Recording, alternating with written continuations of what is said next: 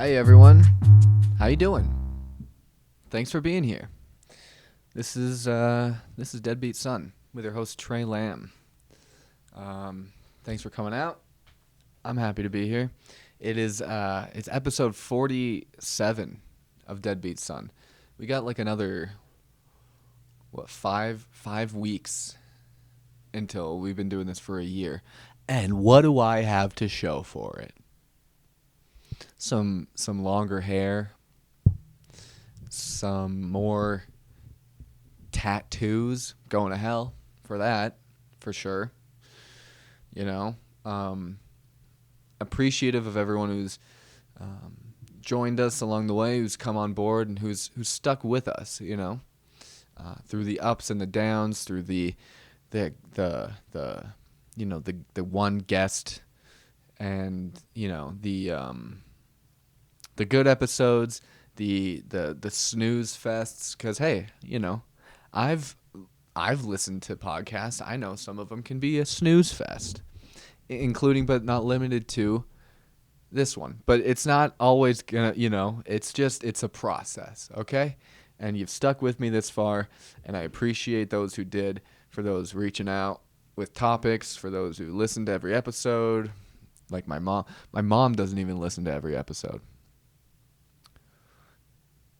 She'll tell me. Oh, by the way, today is Tuesday the 13th or Wednesday the 14th or whatever date it is that you're listening to this or watching this. But I got a gripe to pick with my mom. She tells me, she thinks that it's just no question. She's my biggest fan, and she's always. Number one fan and all that. She doesn't even listen to the podcast, dude. I was talking. I'm sure she did.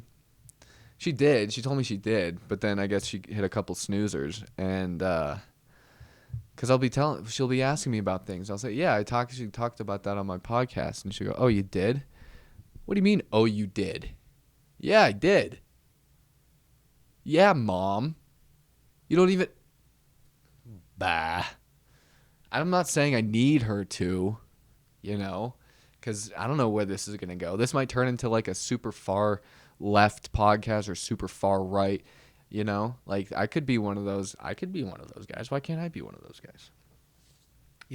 I could just start railing against straight white people, cisgendered straight white men such as myself. I could, take issue with them. Or, I could just start, airing my grievances about liberals. I don't know where I'm gonna go with it, but we had a good weekend. We had Annie Letterman doing shows. She's a great cat. She's a good, cool. She's a very cool individual.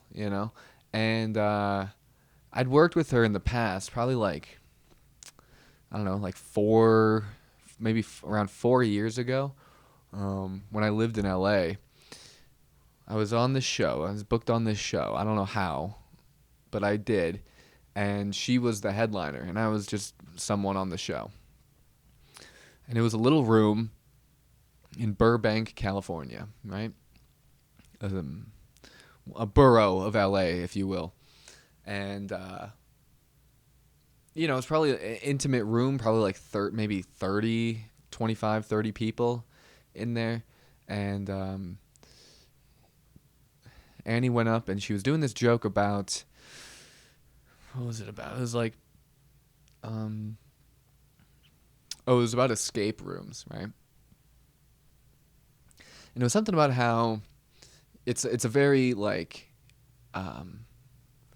it's a privileged activity. It's a white privilege activity because, it's just like what you have so little to do that you need to go be locked in a room somewhere to kind of figure it out. That was kind of the premise. I'm sure she does it way better, but, and then the joke was like, could you imagine if these people went into a time machine and got out during and went back to like the Holocaust, to like a death camp, if they would step out of the time machine and look around going, oh wow, this is a very difficult level, this must be a really tough room. And it's a cute little fine joke, it's making fun of, privilege and stuff. And there was a woman in the crowd who was not happy about it, man. She started, chirping back at Annie, saying how you're not allowed to make jokes about the Holocaust. You shouldn't make jokes about Jewish people. And Annie defended herself, saying, I can't. And she goes, well, what are you denying it? Are you denying it happened? Just some playful banter, trying to silence this heckler, put her in her place. But the woman was relentless, dude. She just kept going on about that's not funny. There's nothing funny about that. People died. I know people who died. My family. Blah blah blah. And this woman eventually just kind of got up and stormed out of the room and went outside. So Annie finished her set. Right, show's over. We all go outside. The woman is still there, and she was waiting for Annie, I guess you could say. She was also the mother of the woman who put the entire show together. So Annie goes up to her and says, hey, just want to let you know, hey, no hard feelings. It's all just jokes. I hope we can be cool. Just whatever. More than she had to do in that situation. And this woman just picked up right where she left off, man. Just like, that's not funny. You shouldn't joke about that. That's bad.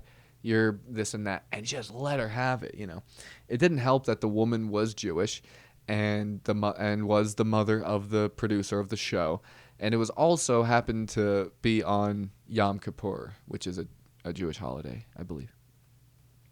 So just kind of like a not great timing, I guess. But still, come on, man. It's a joke. So anyway, when I saw Annie, I brought that up. I go, hey, hey, Trey, good to see you. Nice to meet you. And she goes, hey, how you doing? Great. Thanks for doing this. I go, yeah. I go, we were actually on a show together. And she goes, I thought I recognized you. She goes, in Burbank, right? With the Jewish lady. I go, that's the one, man.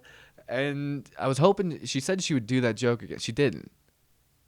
But it was nice that, because I thought there was no way she was going to remember that. But I guess those ones stick with you, right?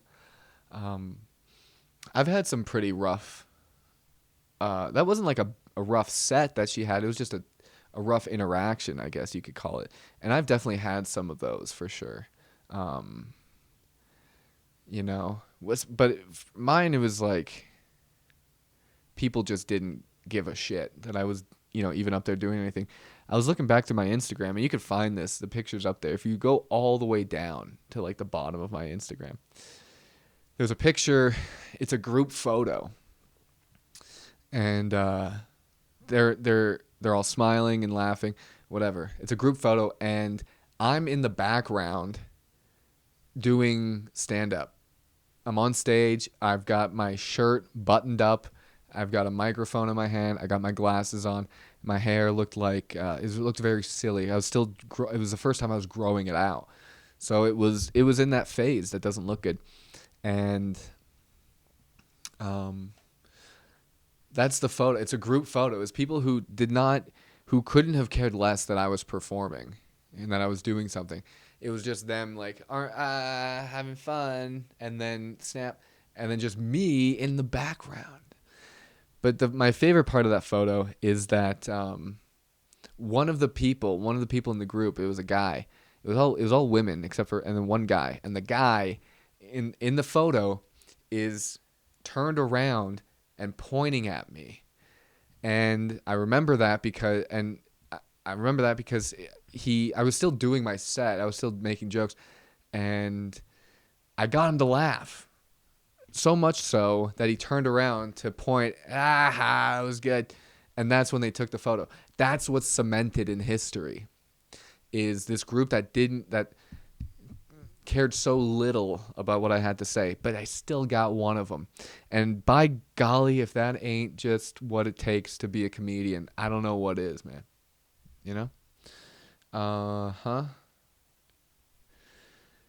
you know, one time I was at an open mic or a show where there was another guy there who had the same name as me, and but here's the thing, man, is like we looked similar. We had the same kind of look. White guy, kind of a mustache, longer hair, and same colored hair, whatever, same, basic frame, except he was like a few inches taller than me and better looking. And man, I was so mad. I was so mad. Mostly just cuz he had the exact same name, and I guess it was spelled the same way too. I was so mad. And people, I made jokes. I brought him on the stage, and I showed my frustration. And um yeah, I don't know, that wasn't that bad. I guess it was just kind of, I act more upset than I am a lot of the time. I think it's funny. I just play up that role a lot of like, are you. I'm good at that, I think. So Hollywood, hire me. If you have a role where it's a guy who is insecure and frustrated about it, I'm your boy. Um, so yeah, that was the shows. The shows were fun. One of my exes was at the show. That's always a fun time. Man, when you see an ex at a show, whoo, doggy. And I was originally supposed to be on the show, but it didn't work out at the last minute. And by golly, am I glad that it didn't, because um, someone pointed it out to me too. The guy who ended up, my buddy of mine who was on the show, he like pointed out. He's like, "Dude, isn't that your ex sitting there in the second row?" I go, "Ah, Jesus, yeah, it is." And man, when you see, I gotta stop. I gotta stop. I can't date someone who is into is like a fan of comedy. I gotta, you know what I mean? Like, I can only date someone who really tolerates it. At first, I used to think the opposite. I used to think like, well, the right, someone that I want is gonna be someone who likes what I like, and like, cause I care about this thing so much. I want someone who's gonna care about it and be into it, and and I don't. Then now I don't want that. No, no, no. What I need is someone who just tolerates it. Someone who just puts up with it. All right. She's like, that's your thing? All right. Whatever, man.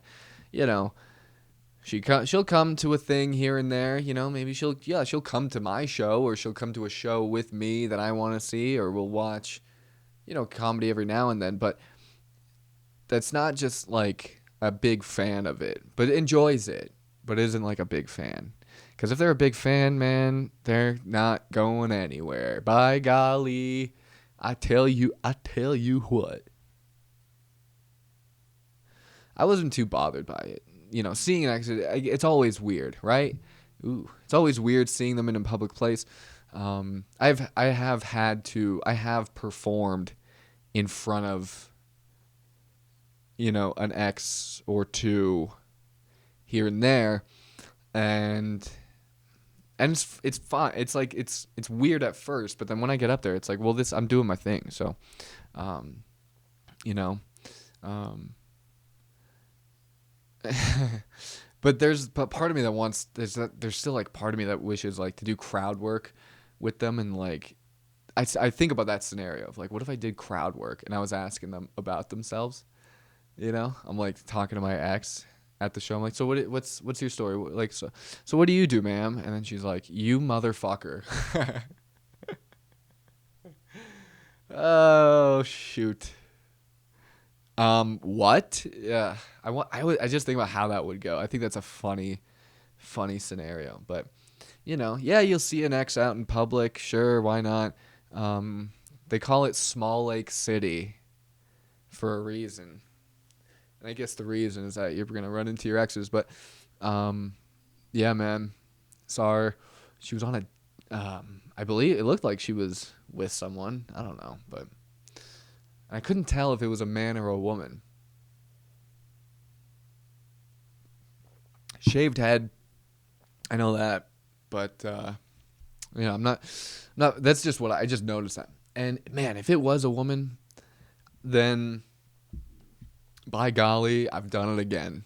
I've said by golly too many times on this episode, but if it was a woman, then whoo, doggy, put up another notch on my belt for not turning, but for, being the last guy that a woman dated before she started dating women. Jeez, what is it?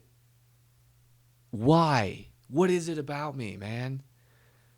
Why? I'm not upset, but I just want to know, what is it that I'm doing? There's the obvious, like, oh, I don't know, actually, what the obvious is. I've had friends say, the whole, like, oh, they dated you and decided, they were done with men, I guess, huh? And my argument still remains. My argument remains. I think they decided they were done with men and then dated me. I think I'm part of the stepping stone that leads to going out to banging chicks, basically. I think I'm just, they've already come to realize, and then they meet me and they're like, this is a healthy medium. This is a good neutral, not a big frame. Apparently people are saying I got a small head. Let's not get into that right now. But I think there's just something about me. There's just a je ne sais quoi about me that they're like, yeah, I feel safe dating this guy because I don't want to be with, like, a real man. So I'll just be with him. I'll go out with him for a while. And it ended, don't worry, it ended amicably. But I did have that moment where my buddy told me, and he said, don't look, but your ex is here. How do you not look?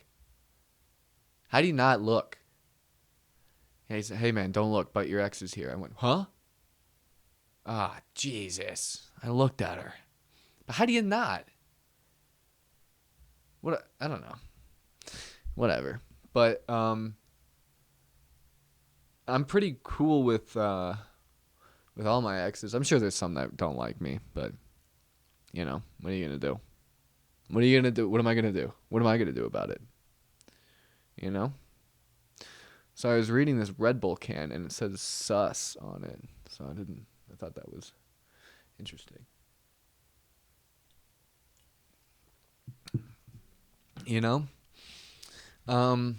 It's interesting to see an ex at the comedy club that they know I work at too, Odds are pretty good I'm going to be there. So, I don't know. I've never been in that situation where I, like, go to the place where I know my ex is going to be. Every time I've ran into one, it's like, oh, shit, didn't see that coming. But, I don't know. I wonder what it's like for them. They probably don't care. They're on a date with someone else. Anyway. Yeah, man. They keep going for gals. And I should have, I've done it twice before. This will be 3 if my assumptions are correct. There's no way for me to, find out for sure. But I don't really care to find out for sure. But if that is the case, the only reason I care is to know my track record. To know if I did do it again. I did it again. I played with your heart, and now you like oops, I did it again. I played with your heart. Now you're into chicks. Oh, baby, baby. Oops, you don't think I'm a man. It's kind of like that. Oops, I did it again. I don't feel like I don't even know, man. But you got to think about what you're like. That's, I guess, the point of this episode. You got to think about what you are like as a partner, right? I got some good advice when I was like 13 from my stepdad. And he said, if you can't live with yourself, nobody else will. And that's pretty good, right? And you can kind of bend it a little bit to mean to fit your situation, or like kind of change some of the language on it to be more fitting. But like, if you got like problems with yourself, or like some dudes are like really insecure and they kind of take it out on other people, then if you're dealing with kind of stuff like that, then it's like, then literally, yeah, don't live with someone. But it's also just, I think it just means like relationships, right? It's not that they won't, it's not just like, oh, you got to get someone to live with you. It's like they won't want, like, you can't grow together. You can't be something real solid, real strong if you got all these freaking problems in your head, man. You got to do work on yourself. You got to do work on yourself to, and the way to do, and a really helpful way to do that is to try to understand what you're like and how you are in a relationship. You got to be honest with yourself. That's the tough part. Man, if that's not the tough part. It's so easy to, people will convince, I've done it. You convince yourself that things are one way when really you're just an asshole, and you got to realize that. And it's like, what's done is done. You can't change it. You can't change the past, but what you can do is you can learn from it, right? And but you got to be honest with yourself. You got to be honest and understand, like, okay, I fucked up and I shouldn't have done that. And in the future, I won't do that. It's stuff like that. If you can't live with yourself, if you're lying to yourself about something or to others, if you're holding back, man, just you can't act like you're something you're not, or else that just gets old and exhausting. You got to be able to be yourself with someone, And the someone I need is someone who likes that I do comedy, doesn't love it, and is honest with me about it too, because I can get a little in my head about things, when things are going well. Your ego's busting open, it's taking over, it's making decisions for you. You got to have, not that you need someone else to do this, you got to be able to do it yourself, obviously, but I'd rather have someone who's honest with me about stuff than just a fan. Right? You want someone who's honest with you, but also a fan, but that's not where, it starts with honesty. And, man, it's not easy to be honest with yourself, because it's you, because you think, I'm the, part of you, there's the party that thinks I'm the shit. And everyone has that. I think you need that to a certain extent, but, for a lot of people, it just kind of takes over. And, they become a real piece of garbage, I feel like I don't know if I've said it on the podcast before, but to be a good comedian, and this might be applicable to more general life, but maybe not. Here's what I'll say. To be a good comedian, I think it takes the combination of we toe the line between delusion and self-loathing, right? Now, those terms, people don't like those terms. Now, they're not the best words for it, but they do encapsulate what I'm saying. delusion, what's included in delusion is like confidence and maybe not self-esteem. Well, yeah, I guess confidence, self-esteem, just hope, believing in yourself, all that kind of stuff is part of the delusion. I know I'm not saying it's all delusional, but it kind of is. And then self-loathing, I'm not saying you have to absolutely hate yourself, but what's included in self-loathing is self-awareness and, honesty with yourself and mostly self-awareness. So relatability too.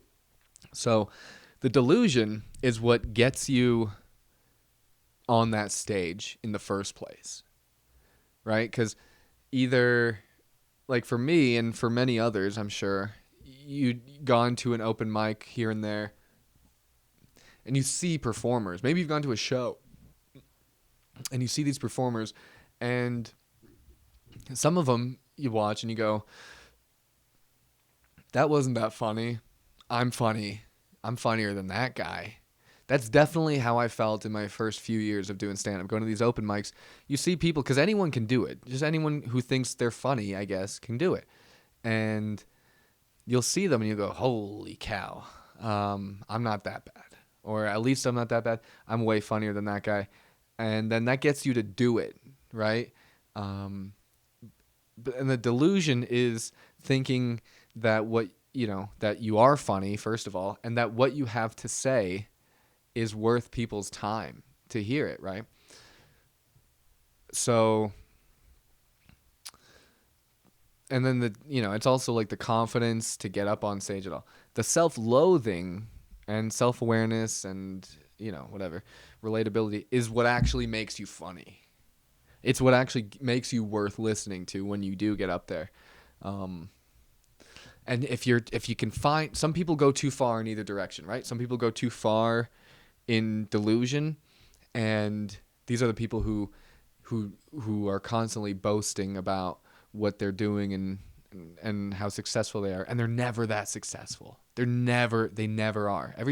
Every person I've heard, brag about their accolades in comedy, it's never worth bragging about. So you can go too far, and they think they're funnier than they are. They'll do poorly and come off thinking they did great. You need a little bit of that so you don't, quit. And then, because some people go too far the other way, and they are funny. They're great writers, or they're very relatable, or they're just something about them that's very funny, but they don't have the confidence to get up on stage. And that's just as detrimental, So you need a little bit of both. You need equal parts of both, so that you have the confidence to get up there, but then you have the self-awareness to actually be worth listening to. And if you don't do well, you know it, right? The coolest people are the ones who do cool shit and then don't talk about it. Unless, they're asked.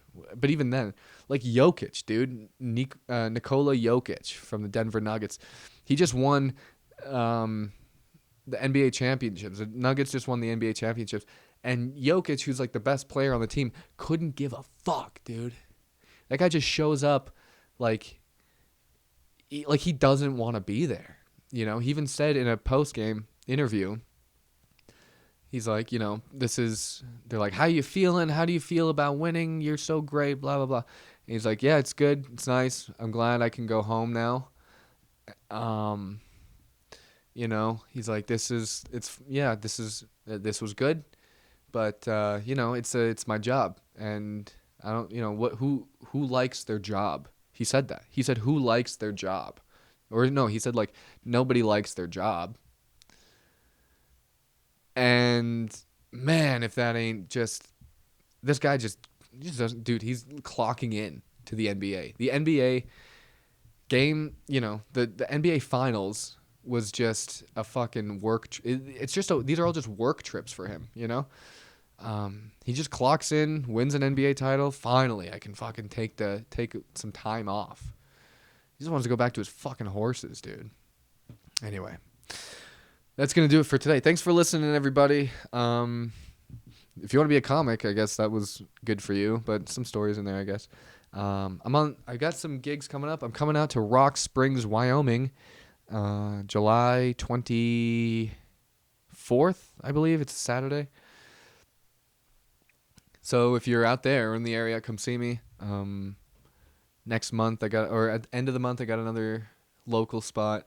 Next month, I'm on the road. I might be in Phoenix. Stay tuned for that. And then I'm doing another Utah gig. So TréLamb.com for tickets and for merch. Check out the clips. Email the podcast, deadbeatsonpodcast@gmail.com. And yeah. We'll see you out there. Thanks for watching. Thanks for listening. And take care, everyone.